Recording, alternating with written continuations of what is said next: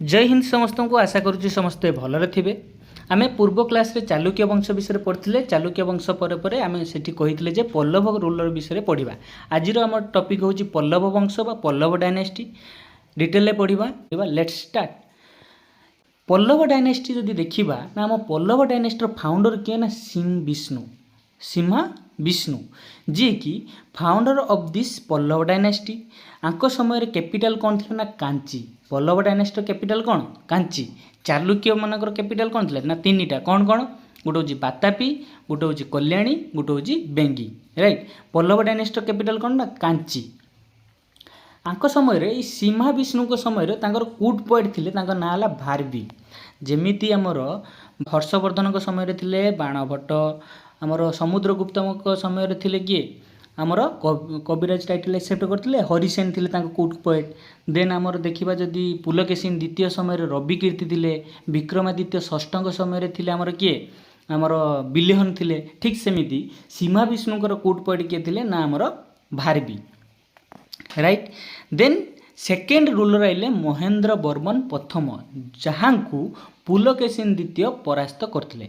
महेंद्र वर्मन द्वितीय समय किए आसते ना पुलकेशिन द्वितीय जी कि चालुक्य ऑफ बातापीर सेकेंड रूलर थे। सी आसी परास्त कले क्या ना महेंद्र वर्मन प्रथम को सी परास्त करी टाइटल एक्सेप्ट करते कांची कुंड।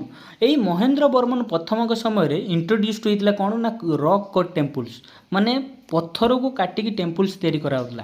क्वेश्चन पचारे जे rock cut temples were introduced during which dynasty. Answer कौन हम Pallava dynasty right. Then Pulakeshin द्वितीय attacked and killed to Mahendra Varman द्वितीय and acquired a title Kanchikonda title right. Then Narasimha Varman जिते आइले नरसिंह वर्मन समय ये होती क्या पुओ ना सन ऑफ महेंद्र वर्मन प्रथम। सी जो जानले जे ना पुलकेशिन द्वितीय जी कि मो बापा महेंद्र वर्मन प्रथम को परास्त करते ये रागिकी पूरा उत्तप्त होगले एवं सी अटैक करने को गले क्या ना पुलकेशिन द्वितीय को। पुलकेशिन द्वितीय को परास्त कले in the battle of Vatapi. In the battle of Vatapi Pullalur battle रे महेंद्र वर्मन प्रथम को परास्त करते किए आमर पुलकेशिन द्वितीय किंतु बैटल ऑफ बातापी रे नरसिंह वर्मन परास्त कले क्या ना पुलकेशिन द्वितीय को राइट। एवं टाइटल एक्सेप्ट कले से टाइटल ना हला बातापी कुंड राइट। देन हिज कूट पोएट वाज दांडी। आंकर कूट पोएट किए थे ना दांडी एवं सी गोटे बही लिखिले से बहीर ना कौन थे ना दास कुमार चरितम। दास कुमार चरितम यही पल्लव डायनेस्टी बा पल्लव वंशर शेष राजा किए आइले ना अपराजित। ये अपराजित को परास्त करते किए ना चूल डायनेस्टर आदित्य प्रथमा। एवं आम पढ़ा चूल डायनेस्टी विषय बा चूल वंश विषय। मन रख आम चूल डायनेस्टी पढ़ी चूल डायनेस्टी जो फाउंडर थे करिकाल। चूल डायनेस्टी पर आम से समय कही जे से 8th सेंचुरी पुणी थे आसवे शासन करेंगे। देख पुणी आसीगले चूल वंश। यही चूल वंशर स्थापना किए करते ना विजयालय। चूल डायनेस्टर फाउंडर किए ना विजयालय जी कि कैपिटल तांजूर करते।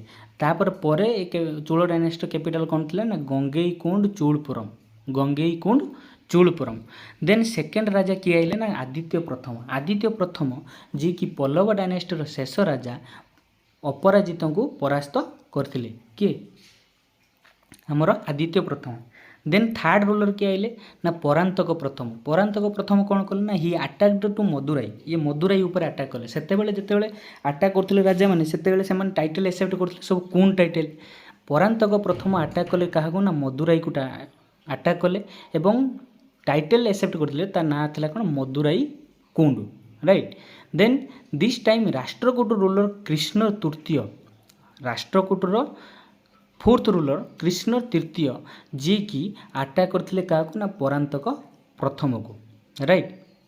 देन परांतक प्रथम पर आइले किए ना राजा राजा चूल प्रथम जी कि आमर चालुक्य कल्याणी कैपिटल करते। सेकेंड रूलर किए थे आमर सोमेश्वर। सोमेश्वर को ये परास्त करते माने टर्चर करते कि राजा राजा चूल प्रथम।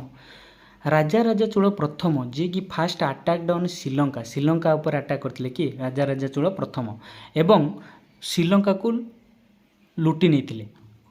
देन से टाइटल गोटे एक्सेप्ट करते से टाइटल ना कौन थी मामुंडी चूल टाइटल ना कौन थी मामुंडी चूल सी गोटे टेम्पुल बिल्ड करते से टेम्पुल ना कौन थी ना बृहदेश्वर टेम्पुल बृहदेश्वर टेम्पुल किए बिल्ड करते राजा राजा चोल प्रथम देन आसिले आमर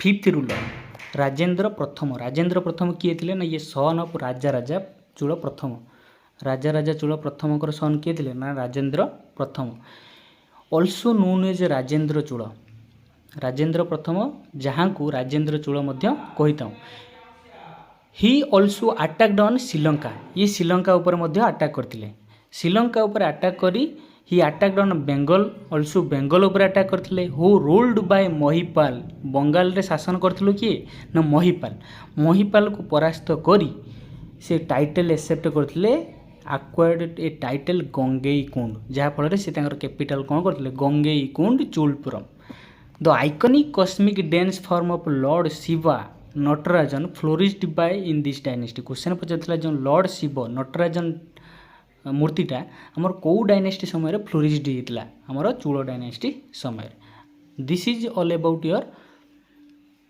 चूल डायनेस्टी नेक्स्ट क्लास रे हम पढ़िबा राष्ट्रकूट डायनेस्टी विषय थैंक्स फॉर वाचिंग जय हिंद।